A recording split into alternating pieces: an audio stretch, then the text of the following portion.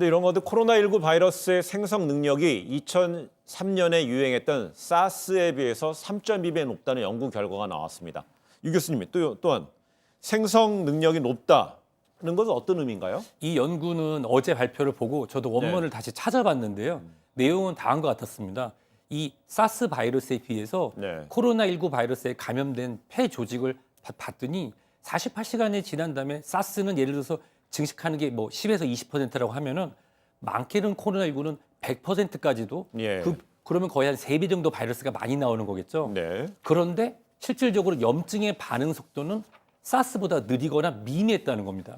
이것이 주는 의미는 염증 반응이 작기 때문에 감염된 숙주, 즉 인체는 증상이 없이 더 많은 바이러스를 뿌리고 다닐 수 있다. 즉 무증상 감염에 대한 이론적인 배경 추측을 실험적으로 규명한 것입니다. 그래서 여기 따라서 이 무증상 감염자들에 대한 사회적 거리두기와 개인적 방역이 되지 않는다고 하면은 7월까지도 지속될 수 있다고 하는 단서를 단 그런 연구 결과였습니다. 이런 거면은요, 코로나19 바이러스가 에이즈처럼 인체 내 면역 세포를 파괴할 수 있다는 연구 결과도 또 주목을 받고 있는 것 같습니다. 이 연구 결과는 이 BBC에 나와 있는 댓글들을 제가 어제 쭉 봤는데 무시무시한 글들이 많았습니다. 왜냐하면 HIV에 감염돼서 면역이 파괴된 것을 우리가 에이즈라고 합니다. 그래서 후천성 면역결핍증 에이즈 환자군과 HIV 감염은 별개이거든요. 왜냐하면 HIV 감염되신 분들도 약을 잘 드시면 일상생활에 전혀 문제가 없습니다. 근데 문제는 HIV에 감염되면은 초기에는 증상이 없거나 가볍게 앓고 지나가고 아주 미량의 RNA 바이러스만 남았다가 다시 증식을 한다라고 하기 때문에 우리가 더 조심을 해야 되는 거잖아요.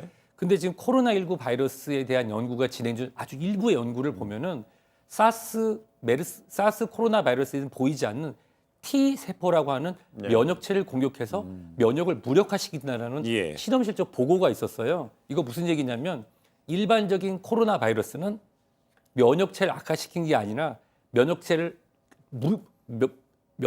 완전히 작동 안 하도록 사멸하는 게 아니라 일부 악화시키고 다른 장기의 합병을 일으키는데 마치 HIV 면역을 파괴하는 바이러스 같은 그런 부분이 보여서 걱정된다는 것입니다. 하지만 이런 부분 또한 우리가 요즘에 나오는 재활성, 재감염과 결부해서 공포심을 가지시라고 전해드리는 건 절대로 아니고요. 지금 중화항체가 발견된다. 즉 자연적으로 감염되고 지나간 분들도 본인이 이겨낼 수 있는지 없는지 모르지만 항체가 생겼다는 연구 결과가 계속 나오고 있거든요.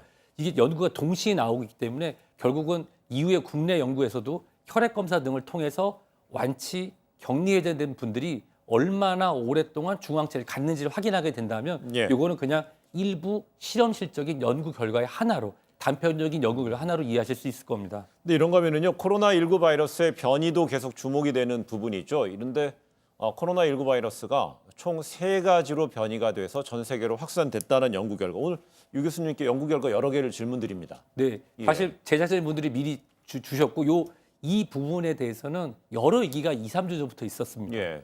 왜냐하면 과연 이것이 어디서 시작됐느냐라고 시작해서 우리 박쥐라든지 또 다른 동물에서 나왔을 때 A형이 발견됐으니 A형이 나오는 것이 맞겠다 그랬는데 A형은 오히려 유럽이나 미국, A형은 주로 미국에서 유행하고 있습니다.